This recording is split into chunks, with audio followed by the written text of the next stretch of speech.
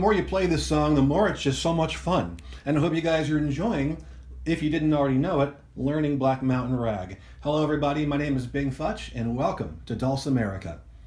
We are in part 3 now of a 4-week series, a 4-part series, talking about the elements of song. We're going to break it down, this one piece, into 4 distinct parts, but we're also talking about how these distinct parts can make up just about any song and how you can create your own tunes by focusing on these 4 elements.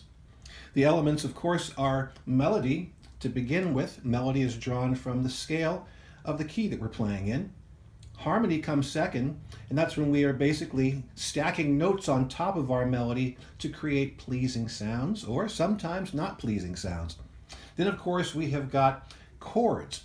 And chords, we've already begun that process by adding harmony. Now we're going to add even more elements there so we can start moving these chords around, and I'll explain today how we can find out where the chord will be changing based on the melody. Finally, we have bass. And bass is a part of the chord, generally speaking, but when it comes to arrangement, the bass is its own creature, and we will be talking about that next week. So we have our work cut out for us today, looking at chords in terms of a song and the Black Mountain Rag piece that we've been working on for the past 3 weeks. So before we get any further with that, I want to say hello to one of my patrons on Patreon, Scott Fletcher. Scott, thank you very much for joining up with Patreon recently.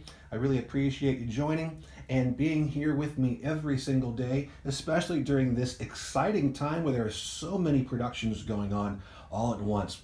And it's you, Scott, and all of my patrons who make it possible for me to work on this stuff full time and give you lots of fun content that you can use and that you can talk to other people about as well. Education is the gift that keeps on giving, and you guys keep giving to me and allowing me to create more for you. It's a big, beautiful, lovely circle, and I just love all of you guys very, very much for your support and for becoming a part of my art. And if you guys are out there wondering about this Patreon thing, maybe you've heard about it, think about it like a subscription service like a Netflix or Hulu or Disney Plus, but instead of big motion pictures from big studios, you've got artists of all different types offering what they do directly to their fans and supporters, and it is such a love fest, and I really, really have having a great time with my Patreon for the past 6 years. For $5 a month, you can get everything I've ever produced: CDs, books, tablature, videos. Plus, I do exclusive content every single week, so there's always something new coming along. If you'd like to sample some of that, you can go to patreon.com/bingfutch. Go down past the sign up stuff, check out the open house tag section. Follow that open house tag, and you're going to find all kinds of free downloads. And if you like what you see, please do consider becoming a patron, not just for $5 a month, but also you can join as an annual pass holder and get 16% off. That's 2 months free, and it amounts to $50.40. That's a lot easier than going to my store and buying 3 books, and there you've already spent it. Now you get all of those books, all of the music, all the videos, and new content for the entire year. That's a great deal. So I'm actually telling you, don't buy my books. Don't buy my CDs. Don't sign up for my workshops all the time if you don't have to. Come on to Patreon and get all that stuff for either $5 a month or $50 a year. And I think that is the future of this whole thing. I thank all of my patrons for their assistance in helping to create this stuff. And if you become a patron like Scott Fletcher and the rest of them, I think you'll be happy with it as well. That's just not for mountain dulcimer, but also for Native American flute, ukulele, and general music theory as we are discussing today. So thank you, Scott, and thank you, patrons. I really appreciate you very, very much. All right, let's take a real brief recap here to look at some of the elements of song that we've already spoken about. In the first week, we talked about melody. Melody is just a line of notes. They can be short notes, they can be long notes, but they are what we really take away from a song. It's the thing that we hum when we think about a tune. We hum that melody. The melody comes from the scale, so every single song that we play is going to be in a key. It's going to follow the rules of a key signature. In the case of this, we are in DAD tuning. We're in D major. D major has 2 sharps in our rule. That's F sharp and C sharp. That means whenever we encounter an F or a C in the scale, we want to make sure that they are sharpened, that they are up a half step from F natural and C natural. Every single key has a rule of some sort involving what notes to play, and then every key has a 7-note scale attached to it.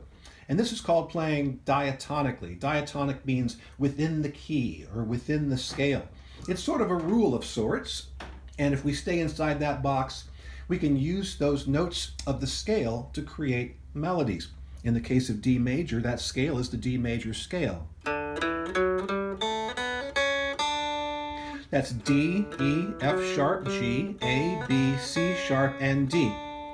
And all of those notes can be used to form melodies, not just in that little area where I played it, but where those notes reside all across the fretboard. And when you are making a melody, just kind of follow your gut, follow your heart, and think about music in terms of conversation. Think of them in terms of phrases, sentences, long and short.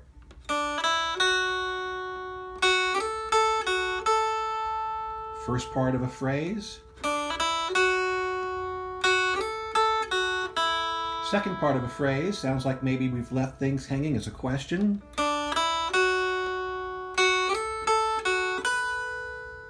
Another sort of a hanging note there. And then that brings us right on back to the beginning, and it sounds like we've actually completed a thought. And that's how you can go about creating melody. Or you can just kind of hum and see what sounds good to you. Again, we're just using notes from the scale as part of our melody, and that keeps things nice and simple.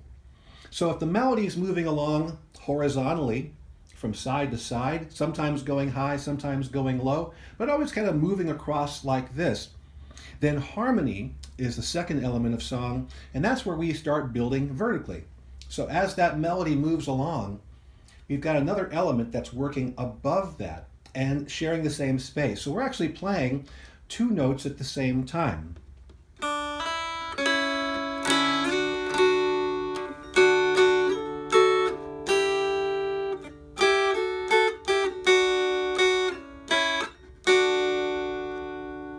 And that's really pretty, isn't it? So it doesn't matter, that harmony can move parallel. So if we're moving along like this way, side by side, the melody might do this and the harmony might be above it, or it might sometimes go below it, and they might move in different directions. And that's what makes things very, very interesting when it comes to music, is how high or how low, the pitch that we're talking about, and how it interacts with that melody. There's another way of looking at how harmony can be qualified, and that's in terms of consonance and dissonance. You've got consonants, which are typically happy, joyful, beautiful, pleasing sounds.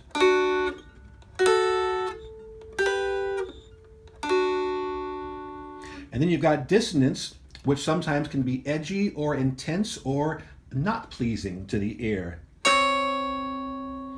And there's a place for all of it in music depending on the emotion that you want to portray and put out there. So when we're doing these harmonies, oftentimes we want to create pleasing ones. And as we begin developing harmonies and adding that extra note, we're basically just we're about halfway there to becoming a full chord.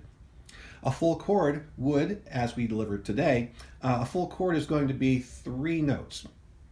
2 notes, just 2 notes, is an interval, and it's the relationship between this note and that note. With a chord, we now have 3 notes all together. This is also called a triad. And what's really interesting to note about chords is that in every single key, we have got this 7-note scale. And that melody that we're playing is going to come out of that 7-note scale. The same thing with the harmony. The notes that we use for harmony to the melody are going to come out of that 7-note scale. Interestingly enough, the chords that we build are also going to be built out of that 7-note scale. And there's a cool little trick that I've shown here before on Dulcimerica, but I'll show it to you again. That's to write out the 7 notes of the scale that you're working with in whatever key you're playing in. And then off of every single one of these notes, we can build a chord. It's called chord harmonizations. And we can create a chord that's naturally occurring inside of the scale by building off of each one of these notes.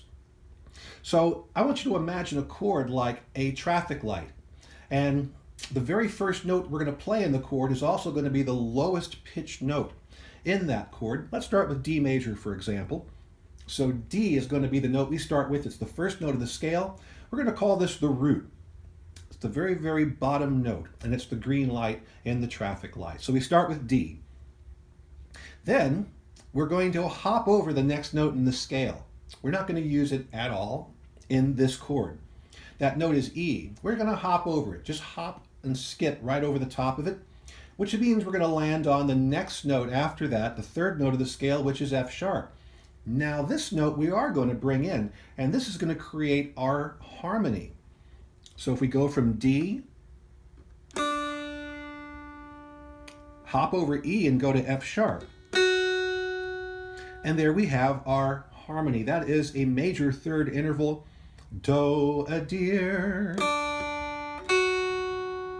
And now we have our harmony, 2 notes away from where we started building our chord. Now we're going to go a step further, and once again we're going to hop over the next note. So we're not going to use G, we're going to skip right over the top of that, and we're going to land on A. Now we're going to add that note as well. And now, my friends, we have just built a D major chord with those 3 notes. Now, of course, there I'm playing them one by one at a time. But if I assign them to different strings so I can play them all at once, D on the bass string, let's put an A on the middle string, and let's put our F sharp here at the melody string on the 2nd fret, and play them all at once. And there you have a D major chord.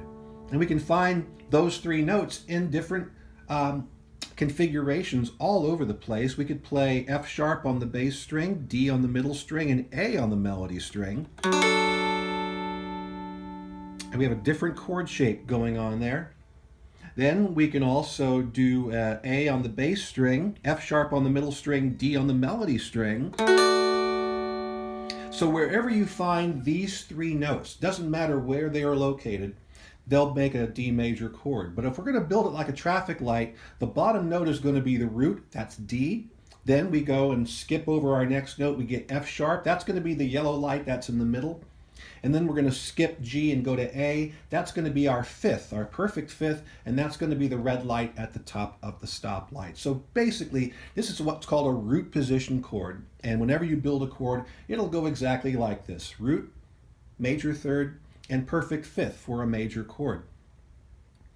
Other thing I wanted to show you about that is we've done this hop, skipping, and jumping thing from D to build a D major chord. So you can use this trick in any key with any scale, but you can use this trick on every single note that's in the scale. So if we start with E, hop over F sharp, go to G, hop over A and go to B, we end up with E, G, and B. E is the root, G is, in this case, the minor third interval, and B is the perfect 5th. And what that gives us is an E minor chord. There's E on the bass string, G on the melody string, and B is on the middle string. So why is this a minor chord and not a major chord? It's just the way the notes are all lined up in the scale, and where are the whole steps and half steps in the scale are located. And when we approach those on a mountain dulcimer, which already has the whole steps and half steps set up for it, we don't even have to think about it. All we have to do is follow these chord shapes and the hopping, the skipping, and the jumping to create what we're looking for. A deeper study of whole steps and half steps will be coming in a few weeks. So once again, you can build each of the chords, the 7 chords you're going to find that are native to each key, by hopping, skipping, and jumping, starting from each note of the scale. When you do that, you're going to end up with 3 major chords, 3 minor chords, and 1 chord that's called a diminished chord. For more study on that, go back to the last 6 episodes of 2020, where we talked about a lot of different chords that you can play on the mountain dulcimer. So we've got 3 major chords, that's D major, G major, and A major. We've got 3 minor chords, that's E minor, F sharp minor, and B minor, and we have 1 diminished chord, that's C sharp diminished. Those are our available chords. We have our 7-note scale, D, E, F sharp, G, A, B, C. C sharp. And those are the ingredients for our melodies and our harmonies. Put them all together and you end up with everything you need to play diatonically.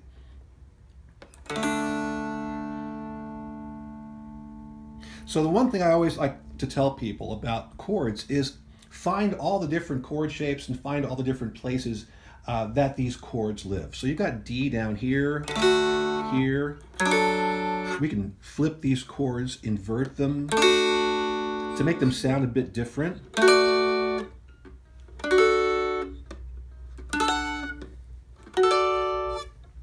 It's helpful to know where all those chords are because sometimes your melody will be living right down where that chord shape is. And sometimes the melody will start moving and you can no longer hold on to the chord. So you then have to use another chord to back it up. So we started with melody, just one note at a time.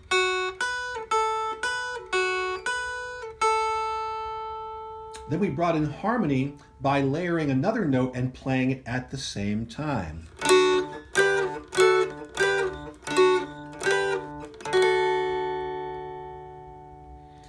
And again, we're just about halfway to being a full chord. We have to add one more note. So here's what's happening. We've got three string courses on a mountain dulcimer, a bass string, a middle string, sometimes called the treble string, and then our highest pitched note and string is the melody closest to us. Back in the day, people only played on the melody string and allowed these other two strings to drone like the drone of a bagpipe.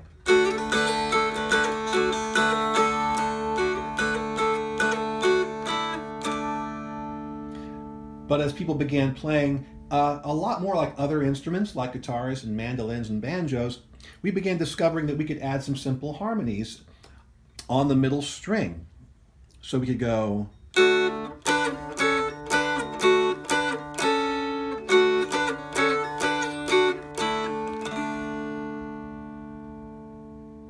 So when it comes time to laying down that last note in the chord, that's going to be on the bass string.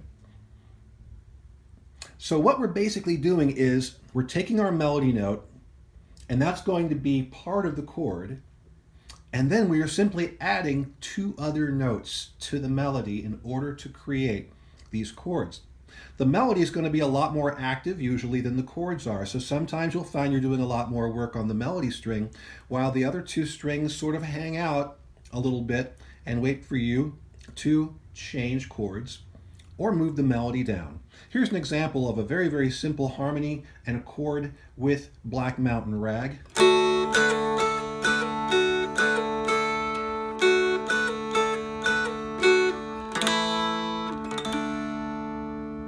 So I'm using a 101 A chord right there to quickly change to the A chord. And then in the C part, it goes up to G major, and all I'm doing is bringing in a note in the middle.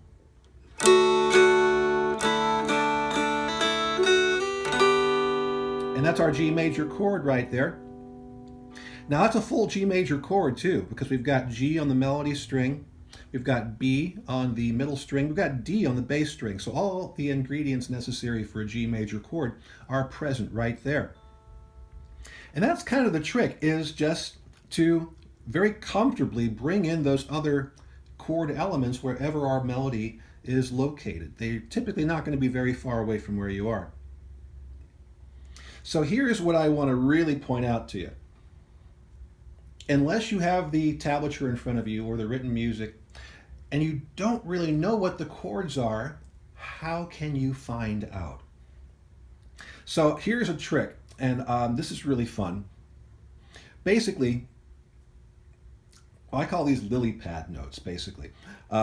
Every single one of the chords in a diatonic scale is going to have three parts to it: a root, a third, and a fifth. So let's say we're playing a D major chord. D, F sharp, and A are our three ingredients, and I call these the lily pad notes. That means that these notes are going to be great if you want to let your melody rest for a while, and so they rest upon a lily pad. Think about your melody as a dragonfly buzzing over the surface of a pond. But then it wants to chill out for a while and rest its wings. So it rests on one of these lily pad notes, and everything sounds consonant. Everything sounds wonderful and beautiful.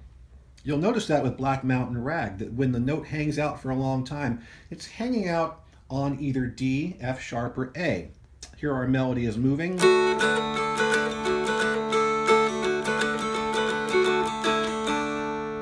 we were to hang out right there, that'd be a D, that's the root of the chord, works out great.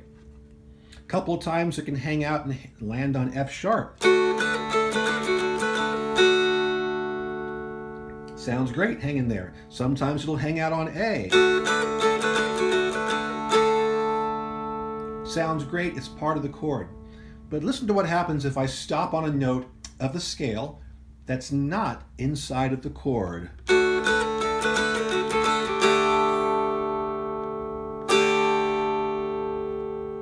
It sounds kind of pretty, but it also doesn't sound like it's finished moving yet. It's like the other shoe hasn't dropped yet.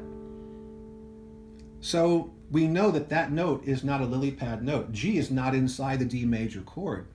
We can use it inside of a chord. We can hop there very quickly and move out of it. And it sounds great because it's still part of the scale, so it's going to work. But if we hang out there and try and play a D major, you know, here's a D major chord full. Now I'm going to go down to that G. See how it doesn't sound quite right? It doesn't sound relaxed. It doesn't sound restful. That way we know that that is not a lily pad note. That's the easiest way to tell. If it just doesn't hit the ear quite right, it doesn't quite sit down into the chord. So the reason I'm telling you this is if you're just playing the melody by itself, the easy way to figure out when the chord changes is to take notice of the fact when a melody note hangs out for a little while and it's not part of the chord. So if we follow our melody by itself, every time it sort of comes to a stop, it's stopping on one of those three lily pad notes. This way we know that D major is still the underlying chord while this melody's playing. Sure, I'm using B up here, but I'm not staying there very long, so any note in the scale is game to go over the top of D major. But if you're going to stop and let that note chill for a while, it pretty much should be one of those three lily pad notes.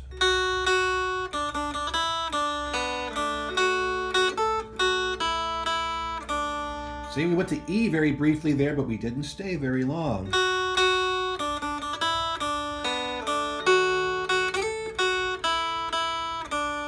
Our first clue that chords are starting to change is when we take the C part.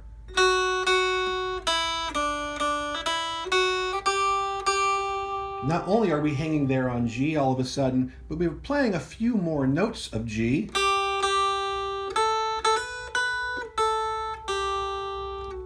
And then we come back down to F sharp. So when we hit that G a few times in a row, we get an idea that maybe we are no longer in Kansas anymore. We're not in D major. We have now moved to another chord that G is going to be a lily pad note for. So let's take a look at our D major scale and the chords that come out of it.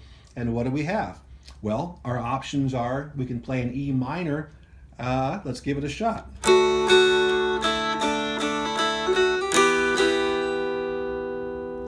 Doesn't sound happy. This is a happy tune. That sounds kind of strange, so maybe it's not going to be E minor. Let's try another chord with G as a lily pad note. Let's try G major.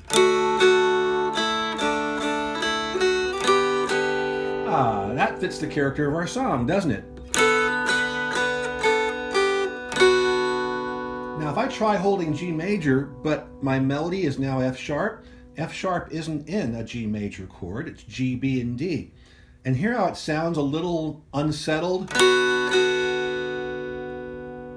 In fact, by playing this F sharp and keeping my finger on the B and playing a D, I'm actually playing a B minor chord. So it doesn't sound quite right. So we want to, at that point, figure, since this is a very, very simple song, that this F sharp is one of the lily pad notes in D major. And that's when we go back to D major from G. We go to G very briefly.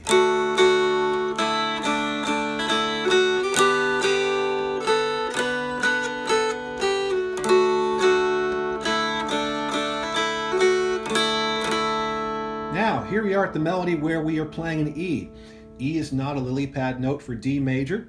E is not a lily pad note for G major. E is a lily pad note for E minor, but we've already figured out that E minor doesn't feel right in this happy fiddle tune. There are a lot of fiddle tunes with minor chords that come along, but Black Mountain Rag is not one of them. So what's another chord in our diatonic scale, in our key of D major, that has E as a lily pad note? So it's not E minor. Let's take a look at, hey, how about A major? That's A, C sharp, and E, right? We're already playing an E, so let's play our 101 chord and see how that works out.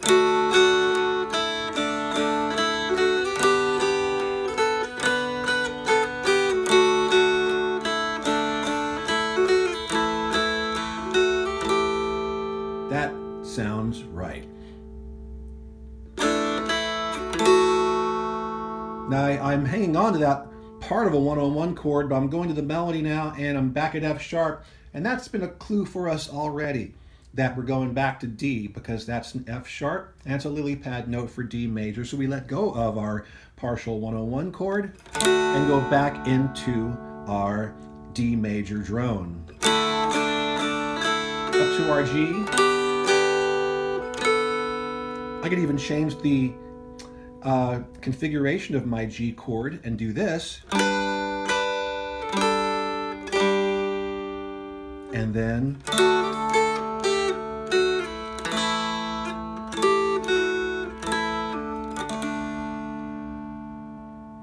I can fill out those chords a little bit too because I've got other options for these chords. So this time I'll go,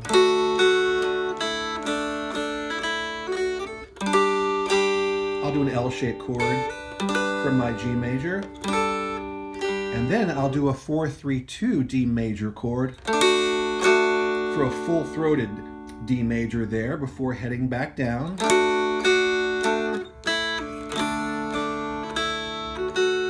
Instead of playing a 101 chord, I'm going to keep the melody here. I can come up and do a full-fledged 4-2-1 A major chord. A little tight when you try and walk up there. While most people would prefer to play the 101 in this case, you certainly could play a full-fledged A major chord like that.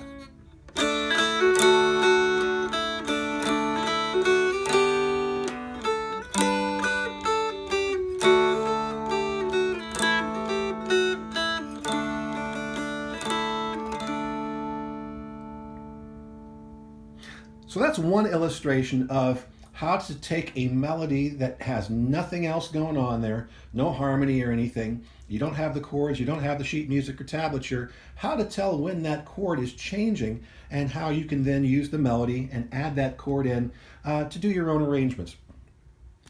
Also, the fact that we've got many different locations for these chords, and once you learn them all, then you can play all over the fretboard.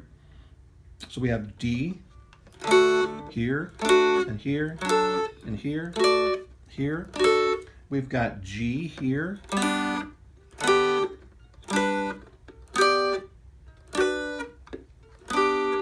We've got A.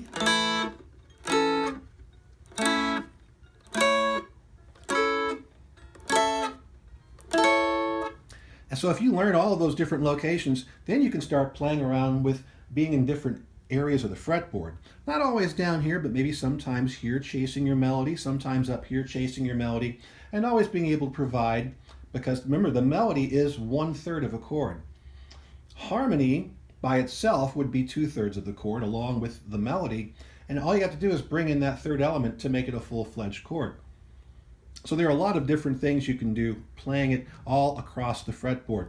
Now, as far as creating your own music, again, all of those chords are at your disposal. All of those notes in the scale are at your disposal. So what you could do, and I'll do something here again, well, to make it a lot easier to hear, I'm going to do something in the key of G. Key of G has 1 sharp, that's F sharp, and the notes of the scale are G, A, B, C, D, E, F sharp, and then there's the octave G. And the three chords that are major, that are going to be used the most in fiddle tunes, are going to be G, C, and D. We can do that by doing an L-shaped G chord, an extended slant C chord, and then a slant-shaped D chord, and then come back up here. So I was talking about the lily pad notes. So in G, we have G, B, and D are the lily pad notes.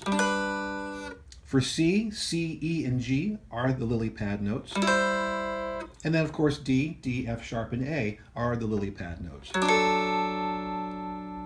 So starting with G, remember G, B, and D are the lily pad notes. So that means I could play a bar 3, which is going to be a G5 chord, just the root of the chord and the fifth, just the bottom of the traffic light and the top of the traffic light. I'm going to use my thumb to cycle through the different notes of the scale, holding down this G5 chord. I'm already holding down the fourth note there, or the fifth note rather, and then there's the octave. Notice what happens if I hang out with just the lily pad notes. So it's going to be here, the octave, here, and here.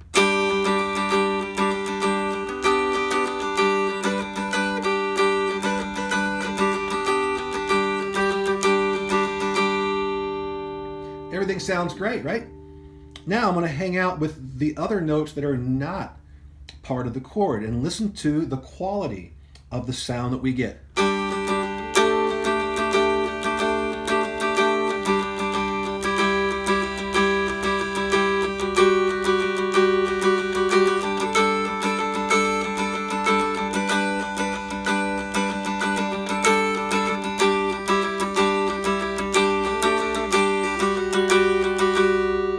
There's a lot of really pretty stuff going on there, but you can tell that it doesn't quite fit with the chord. So as you are creating your own tunes, what you can do is you can play around with melody, and any note in the scale is going to work over the top of that G major. If you want that melody to hang out for a while, make sure it's one of the lily pad chords.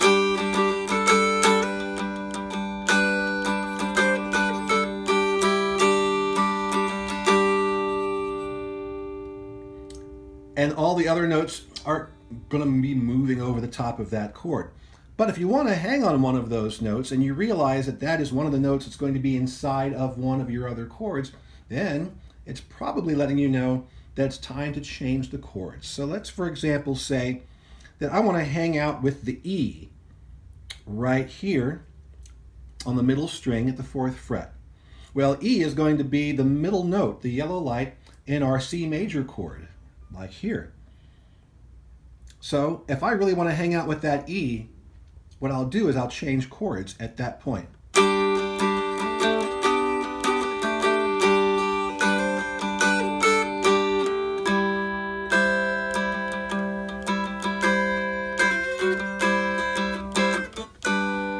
And then more than likely I would go back to that first chord, or I could continue moving to D. And in doing so, making that transition from a C, where I'm using E here as my melody note, I could very easily take that down to D for when I play D major here.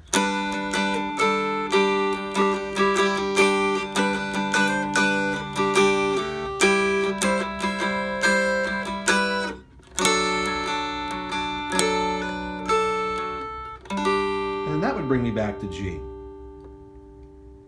So sometimes you can use a bit of music theory to chart your path, and sometimes you can just trust your ears and see, you know, does this sound good? And yeah, okay, that sounds good. Now, where do I want to go? Do I want to go higher in pitch, or do I want to go lower in pitch? Which note do I want to stay on, and what note is that going to work? What chord is that note going to work with? It's those sort of things that'll help you starting to write your own material pretty quickly. And it really does help to have at least a good working knowledge of what notes are inside of the chords in the key you're playing with. So since we do spend a lot of time in the key of D, it's really important to get to know what the 7 notes of the D major scale are, what the 7 chords in the key of D are, and what are the notes inside of each of those chords. And once you start messing with those and really working with them over and over again, you'll find yourself putting together and composing music very, very quickly. So that is another element of song. And when I come back next week, we're going to wrap up this whole taco with, I guess you could wrap it up more as a burrito. A taco is sort of messy and it's open. Burrito wraps all the information inside. Why am I talking about burritos and tacos? It's morning. Anyway, next week we're going to talk about the bass. And basically, when we're playing chords here, that bass is present. It's there on the bass string. So what we're actually going to be talking about is how to arrange that bass and use that bass when you're composing and also playing music. And I'll give you a little preview of that instead of just playing Black Mountain Rag going.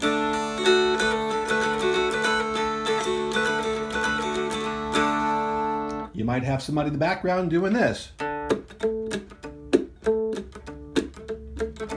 And we actually have some rhythm and other things that the bass can do to make things really interesting. So next week, we'll wrap it all up. Thank you guys for joining me. Have fun. Hope you're enjoying the tune and the series, and I will talk to you soon.